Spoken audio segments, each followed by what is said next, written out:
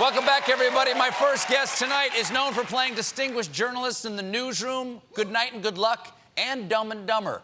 Please welcome back to the show, Jeff Daniels.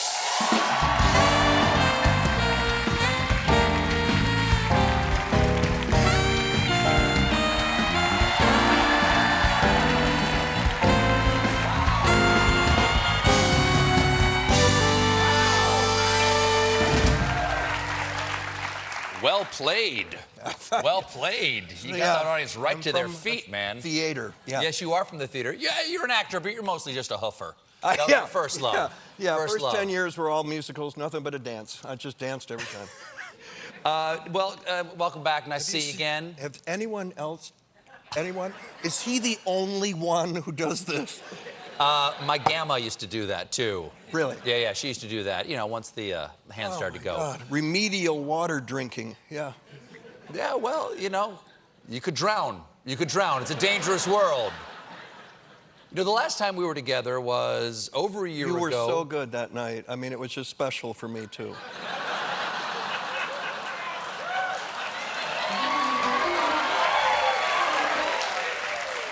I'm surprised you let me bring in cameras.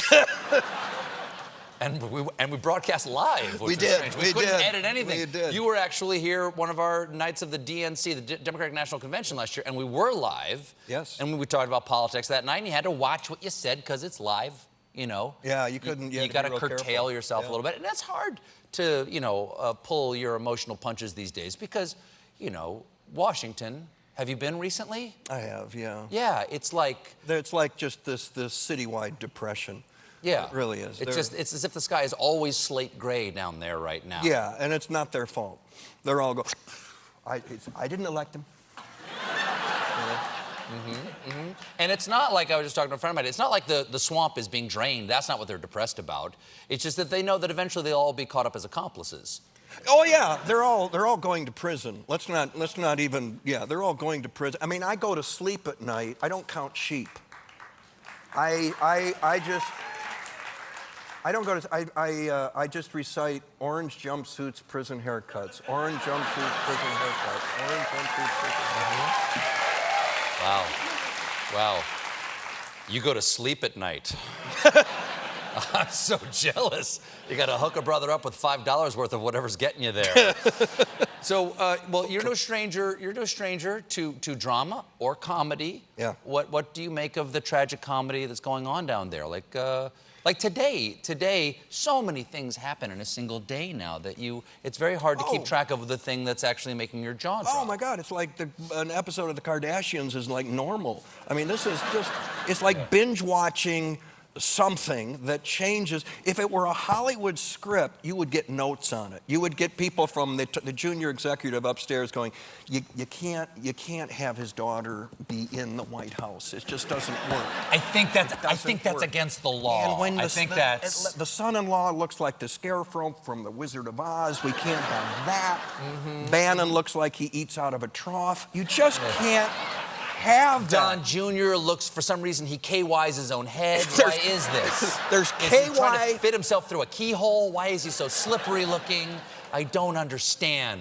President Bone Spurs, Thursday at 8. Yeah. Yeah. We had Omarosa on last night, and she laughed a lot at the things that frightened me. And I think that there are a lot of people who are leaving the White House who want kind of their card to polite society back.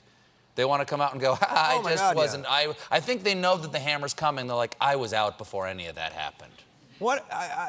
Seriously, what they did to get him into that office, forget the Russians. I mean, we lost, as a country, we lost respect, decency, civilized behavior, integrity, class, accountability, responsibility. He's got none of that.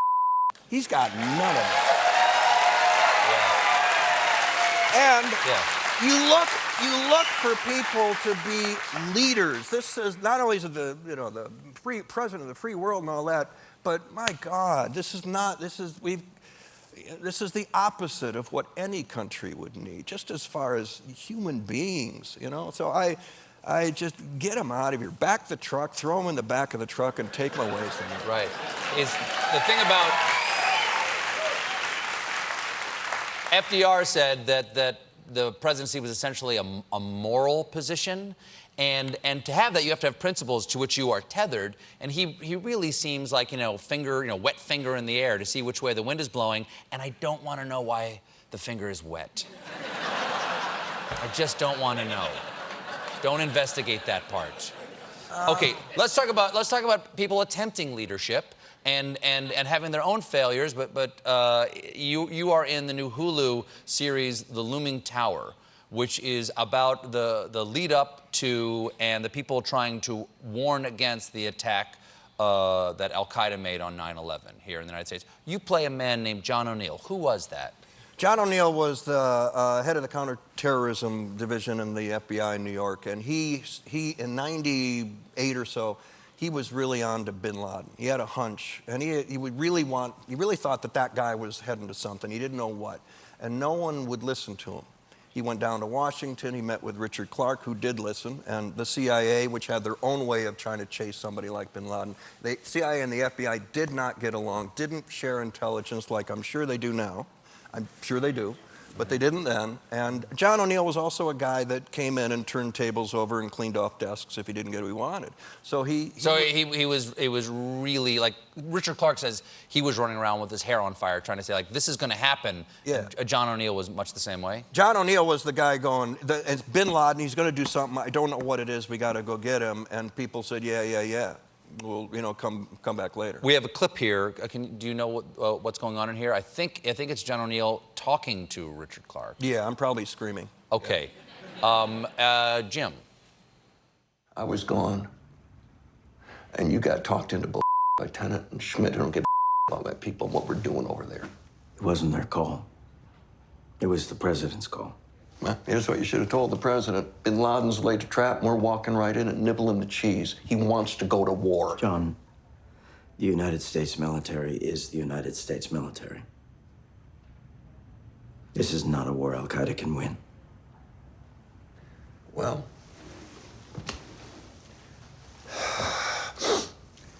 I'll tell you the first thing that'll happen after the bombs fall and the dead get cleared away.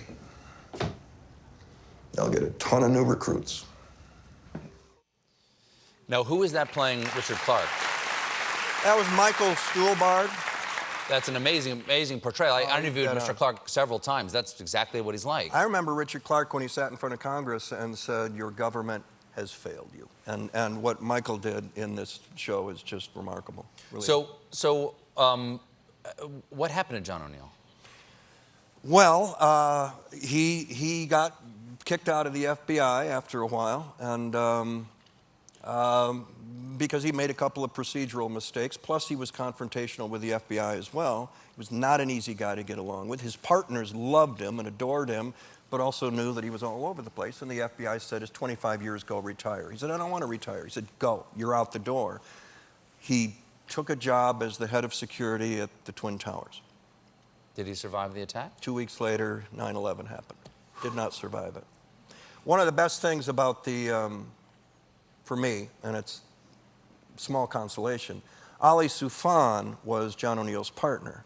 And we did the New York premiere of the first episode or so, and the critics are one thing, and you want them, and we're getting them, but I wanted Ali Soufan, his partner, to like what I did, because John's not here. And he came up to me, and I'm going, okay, here we go. And he goes, Jeff, and he gives me this pin that John O'Neill, they gave this out at, I think, John O'Neill's memorial. And that's what he gave me after the premiere, which best review I could get. Oh. It's John O'Neill's, a pin of remembrance of the man in his service to the country. That's beautiful. Did you meet with counterintelligence officials? Did you talk to them to get a sense of like what that job is like and the things that the burden that they bear? I sat with his partners, as well as Ali Soufan, but I sat with his partners who had been around the world with John for years, who had gone down the alleys with him and guns drawn and all of that. And they gave me it was like going to grad school on John O'Neill. You really learn about the good and the bad, the strengths and the weaknesses. When talking to these people, and they talk about did they talk at all about sort of the kind of threats that the United States faces that we may not know about, without violating any classified information? Like, did it reassure you, or did it worry you more about the state of our national security? What reassured me was that the FBI and the CIA, which I didn't research, but these are people that are very serious and very professional and care deeply about the country, are true patriots, and they live by the rule of law, which is a phrase we're hearing now because Trump doesn't necessarily do that.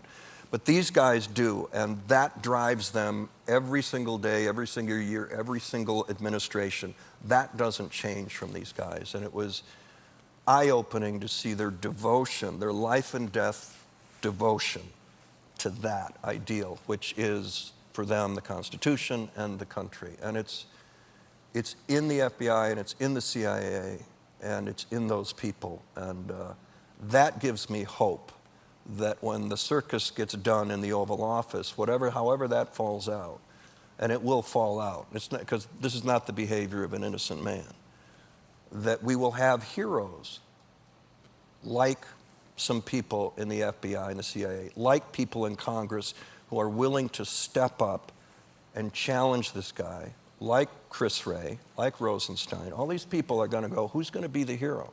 Is it going to be Paul Ryan? Mitch McConnell? How long can you sit on the Titanic when you can see the iceberg coming? When are you guys going to step up? Because this is not just fun and games and hanging on to an office because we're the Republican Party and this is the only way we can hang on to it now. This is the country we're talking about, not your party. And if your party has to go down, then that's what has to happen.